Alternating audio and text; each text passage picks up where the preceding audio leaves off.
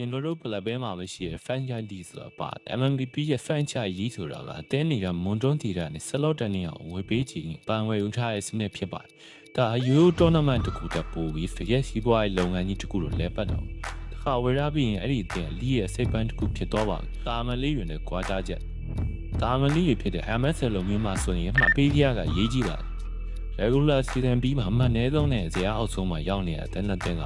ဒီကလည်းဒါရေးဖြုတ်ပါတယ်။နောက်နေ့မှပြန်ပြန်ရင် qualifier ကနေပြန်တက်လာတာပါ။ဒါပေမဲ့ franchise league မှာလည်းအဲ့လိုမဟုတ်ပါဘူး။စလို့ပန်ဝဲထားတဲ့အတွက်အမှတ်ပေးတရားအောက်ဆုံးရောက်နေပါရှုံးဝဲတွေဘယ်လောက်များနေပါလဲ။ league ကနေပြုံသွားပါဘူး။ qualifier ပြန်ကလာကြမလို့ပဲနောက်စီပြန်တော့မတိုက်ရိုက်ဆက်ပြန်ဝင်ရရှိနေမှာဖြစ်ပါတယ်။ဒါအသင်းတွေတော့ကြီးမားသောကောက်ဝဲပါလေ။ဒါမှစလို့စီလို့မြ franchise league တခုတည်းကိုပေးရဆိုတော့ကျနိုင်ငံရေးဈေးကွက်ချနေပုံမူတည်ပြီးကွာချပါတယ်။ NBA အင်ဒိုနီးရှားကဘာမှကြီးကုန်းနဲ့ဈေးကြီးကုန်းလိဖြစ်ပါတယ်။စလော့တစ်ခုကိုအနည်းဆုံးဒေါ်လာ1တန်းဟာနေ1တန်းမြန်မာငွေတိမ်မုံတောင်းကြီးရှိနိုင်ပါတယ်။ NBA ဖလာပဲဒုတိယဈေးကြီးတုံးဖြစ်ပြီးစလော့တစ်ခုကိုဒေါ်လာ4သိန်းကနေ10သိန်းဝန်းကျင်ရှိပါ NBA မလေးရှားကတော့ဒီနေ့2026 season 7ဒီမှာ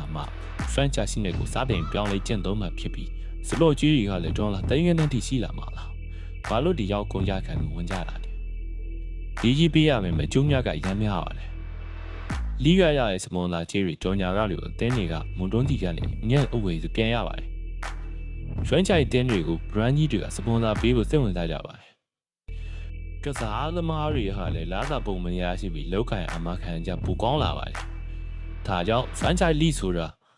e-sport လောကကိုပိုပြီး professional ဆန်လောင်လုပ်ထားတဲ့စနစ်တစ်ခုပါမြန်မာပြည်မှာရောဒီစနစ်နဲ့တကယ်ပြန်လာရင်ဘယ်သင်းတွေကိုမြည်ရတယ်ဟုတ်ကကိုမမှာဆွေးနွေးတော့ကြပါဦးဒီ MMBP channel ကိုလည်း subscribe လုပ်ဖို့မမေ့ပါနဲ့